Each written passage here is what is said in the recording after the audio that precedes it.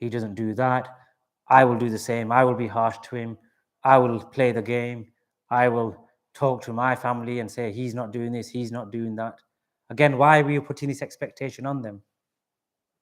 Who says that your husband is designed there to provide every woman need of you? Yes, again, there's a... But again, who said that you have to provide certain... to drive a new Mercedes or a BMW, or she has to have 1-2 holidays a year, or that if she does go to weddings, it's got to be a new suit every single time. We can't wear the second one, for heaven forbid what people will say. Our friends, we put hope, expectation, trust in them. He's my friend. He will back me up. He will be there for me. He may be there 9 out of 10 times. But as soon as I'm going to move on to next friend, next man, forget him. Suddenly he becomes a waste man. He's a joke. He's this, he's that. Yet 3 months ago, you might have been like that with him, nothing will separate you. But as soon as he lets you down, that's it. And even again, all of us have a certain level of independence and freedom we expect. That I can go out when I want to. Why should I feel restricted? I should be able to do what I want. This is the time, this is the age we live in. It's 2022. Even children say to parents these days, you can't do this to me. You can't do that to me. This is 2000. You can't, restrict me. Obviously, through my legal background, they even have a criminal offence in this country called controlling behaviour. And I can tell you from cases that most of the people who go into the police are the wives saying, my husband asked me, where am I going? What time will I be back? He's controlling me. And they're being taken to court.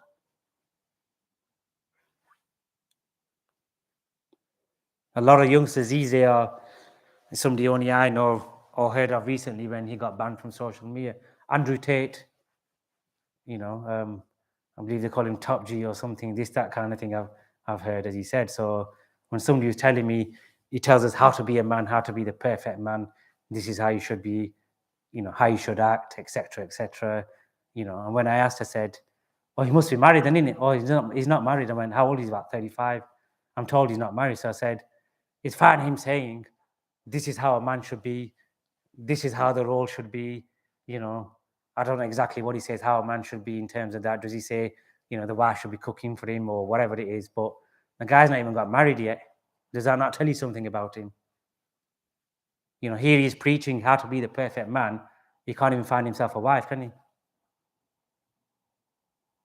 Yet people are taking him as some kind of role model and using him as a role model. Even a lot of Muslim brothers, young kids now thinking that's the way to be. Yes, he's right in many elements. I'm not disagreeing with him. But what I don't understand is people are using him as a role model expectation. Okay, this is how we should now be behaving in our life, as he said. When he hasn't got the first clue about marriage, how he's going to work in his marriage. I'll give him 2-3 days. Those who are married will know that kind of philosophy, that kind of, the man's got to do everything. The man is saying, isn't going to last long, as he said. It's not straightforward as that. Yes, the man is the leader of the family. No one denies that. Islam says that. But it doesn't mean that you act like a dictator in that regard.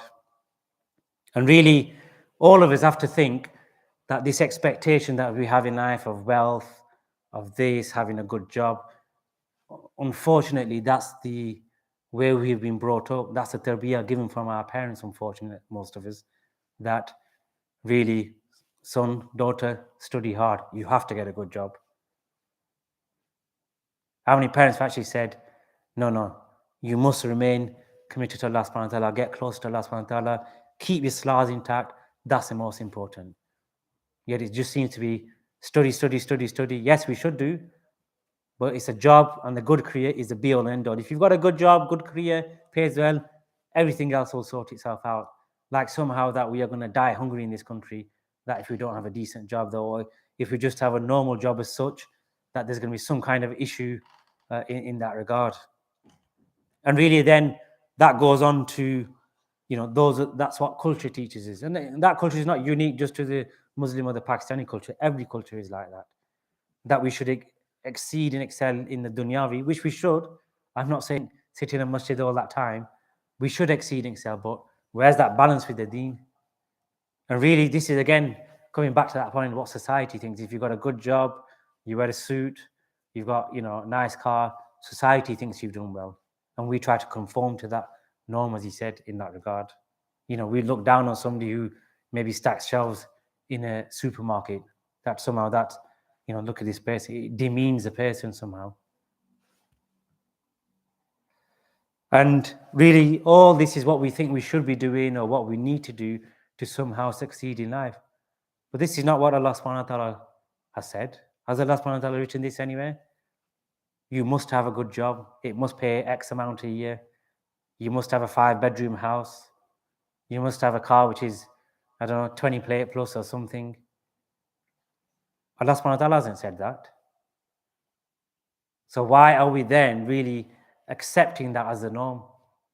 Again, we may not be worshipping that false god, but almost we are following false ideals, false notions of society, false principles. These are the principles we should be, when the Sharia is quite clear and everything. Allah subhanahu wa ta'ala has said to you, I will test you with your loss of wealth, your loss of your health, your children. He will test you with fear. But has Allah subhanahu wa ta'ala just said that? Has Allah subhanahu wa ta'ala just said, I will test you this, but not giving you any kind of solution? No, He hasn't. Allah subhanahu wa ta'ala said, you put your hope, expectation, reliance, trust in me. You do that, you have nothing to worry about. Yes, I will test you. I will test you with illness. You will lose your health. The guarantee is more and more for 99% of us, during your lifetime, you might be 10, 20, 30, 40, 50, 70, 80. You will lose your health in some aspect. You will be tested. And suddenly at that point, we are thinking, oh my God, I'm ill. I can't do this. I can't do that. Let me go to this doctor, that doctor. Let's go to the hospital.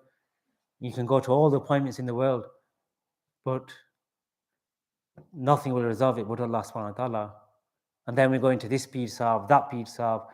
This person recommends me, wear this taweez around your neck, wear this taweez around your ankle, sacrifice a cow here, all these kind of things that we're doing just to get. Allah subhanahu wa ta'ala is going to test you with illness. But if you bear it with patience, then who knows, maybe after one day, even 1 year, that illness may go away. Know that Allah subhanahu wa ta'ala is testing you with that illness for a reason. And the fact that the illness is not going away is not a failure in medicine, or the fact that your du'as are not being accepted, or that these peers are not doing their job necessarily. Really, it's Allah subhanahu wa ta'ala will determine that time for you. Know that's blessing in that illness, that there's some goodness in that. Whenever He tests you with any kind of fear, you might lose your job. You might lose your house. You might lose some money through to a fraud or a scam, or someone steals money from you. Yes, there's wrongness in that. Someone, let's say, scam. But again, it didn't happen without the will of Allah. Know that there's some goodness in. Bear patience with it. Make dua to Allah. Allah can give you that money. Allah can take away like that. Just on one of our question and answer group, a brother put up a question: are we allowed to have house insurance? A'udhu billah, if there was a fire, the house will go. Well, who do you think gave you that house in the first place? You didn't just magically get the money yourself. Someone gave you the money, someone gave you a job. It was all down to Allah subhanahu wa ta'ala. The fact that you had the ability to do the job. You don't have control. You didn't have control over that. Did we choose when we were going to be born? We didn't, did we? Did we choose what we were going to look like? No. Did we choose who our parents are going to be, or who our siblings are going to be, or the fact that we might be born in Burnley, Nelson, or whatever? No. So there is some other controlling force who chose that. So this brother is now saying, do we have house insurance? Because if a fire comes, well, where do you think the fire is going to come? Yes, somebody may start it, but again, Allah's, maybe the devil's going to flick that person to start it. Or naturally, a fire, there might be some kind of electrical fault. But again, it's going to be down to Allah subhanahu wa ta'ala is going to test you with it. Doesn't 50, 60, 70% of the world live without insurance? In Pakistan, you don't get house insurance. You can't even buy house insurance. Yet, societies exist in there. You don't see them crying, oh, I need to buy house insurance. What if there's fire, there's a flood? Look at the floods that happened recently in Pakistan. You do know even in this country, you can have insurance. But if a flood comes, you're not insured. They specifically put in the policy that we are not covered for acts of God.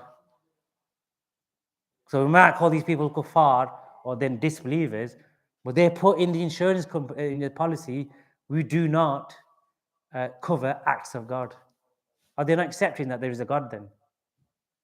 So they are telling you we can't insure against acts of God. Yet somehow we think we can get house insurance, life insurance, medical insurance, this insurance, that insurance. But like you said, ask a lot of people who bought life insurance or illness cover, that if you get ill and can't do your job, they pay you. Often they get excluded because of X rule or YZ rule kind of thing in that regard. Again, you get that illness, you can't work. It's Allah subhanahu wa ta'ala who gives you the risk. You just don't know what's written for you. If you're going to die hungry, and that's your fate, then you're going to, it happens. Do people not die hungry in this world? Yes, not in this country, but there's millions of people who actually die because of hunger. Is it because they just sat at home not trying to get food or trying to get? Of course, they are trying everything. Do you think they don't want to get a job and earn money or grow some crops or buy an animal? Of course they do, but they don't have the means. They've tried every ability. They can't do it. Yet they die of hunger. And it's Allah subhanahu wa ta'ala again who allowed that to happen. Why? It's a test for them. It's a lesson for us. Allah subhanahu wa ta'ala said that the first people to enter Jannah are the poorest. So if we know that, why are we still trying to be the richest on this earth? We will think, I will do anything, and this is why people will even do haram acts just to get that money, because it's the be all and end all. There's no other reason why these people are capable of even getting a job. But no, we want to get instantly rich because we think that is the key to success. There will be parents whose kids drug dealing, they know the drug dealers, they turn up in a flashy car, they know he hasn't got a job, but they stay quiet. Why? Because the son is giving money into the household pot. Maybe even the dad's driving the Mercedes.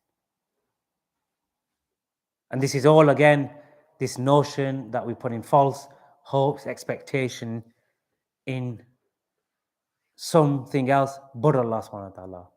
Allah subhanahu wa ta'ala said to you, put it in me. Put your hope, expectation, trust me, see what happens. Will Allah subhanahu wa ta'ala let us down? A'udhu billah, of course they won't. They are the most just person. The name of Allah, Al-Adil, is the most just. Forget the legal system here or this, that. They are the most just. They will not deny anybody what they are due. If you've done a good deed, you will get rewarded for it. They are not going to do anything which is unjust to you. So you put your hope, expectation, and think. Because that's what Allah subhanahu wa ta'ala is testing you on, really. I'm going to test you with losing your wealth. Who are you going to turn to? I'm going to make you lose your health one day. Who are you actually going to turn to? Do you think that doctor is the be-all end-all? It's down to that doctor. If he cures me, it's down to the doctor. Even these people who go to peers, I know loads of brothers who will say, I'll believe that peer if he cures me, but if he doesn't, then he's a fake peer. And I'm like, but then it's not even the peer's fault, it's your fault. You're putting that reliance on the guy to say, well, if he does the job, I'll almost think he's God, innit? And that's the reality, unfortunately. If I said to you, I'll give you £1 million,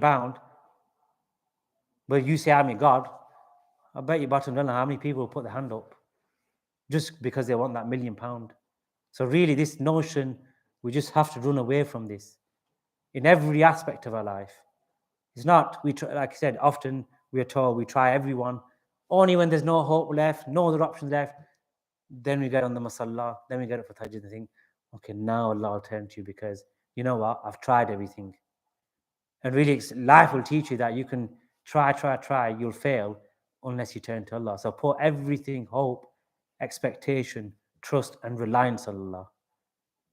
You're after a job, put that reliance on Allah. If you're not going to get a job for 5 months, that's down. Allah subhanahu wa ta'ala, there's some barakah in that. Yes, you try everything. You apply for jobs. You try to get qualifications, experience, But if it means you're not getting a job for 5 months, that means because Allah subhanahu wa ta'ala really isn't giving you a job for some reason. That's what you've got to be thinking. And you keep making dua to Allah subhanahu wa ta'ala and you keep trying yourself because that's all we're asked to do. You just try yourself, put the hope, expectation, and reliance in Allah subhanahu wa ta'ala. If you put your hope, expectation, reliance in people, as our blessed teacher said on Monday, then you are going to be disappointed. Face that fact. But yet we still do that. We put that hope, expectation in parents, siblings, friends, relatives, bosses. And we keep on getting almost like slapped in the face, but we still keep going back for it. And then it keeps hurting us more inside and leads us on to stress and depression and everything else. But, there's a quite simple method.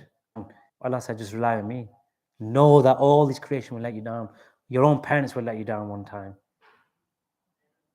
Your wife will let you down. Your husband will let you down. Your brother will let you down. Your sisters will let you down. Your friends will let you down.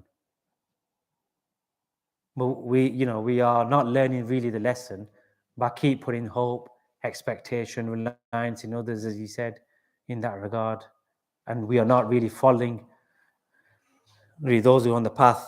It really is, having that reliance on Allah subhanahu wa ta'ala. That is where we are getting taught, as he said. And, those who are on the fourth stage, on the nafs purification, that even when you're drinking this water, you bring in the sifat of Allah subhanahu wa ta'ala. It's trying to teach us practically that reliance, because we get told rely on Allah, but again, practically, how do we do it?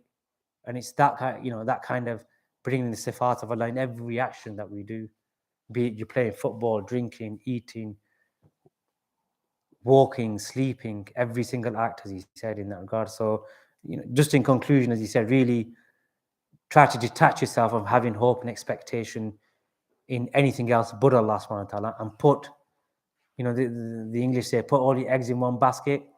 That basket should be the basket of Allah subhanahu wa ta'ala, because you will not be disappointed, you will not be let down. If I've said anything wrong, the mistakes are mine. All goodness comes from Allah subhanahu wa ta'ala. Subhanakallah wa bihamdika ashhadu an la ilaha illa anta astaghfiruka wa atubu ilayk.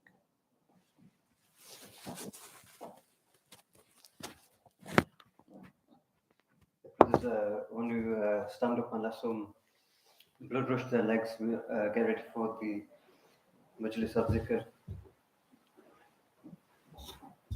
Lots of brothers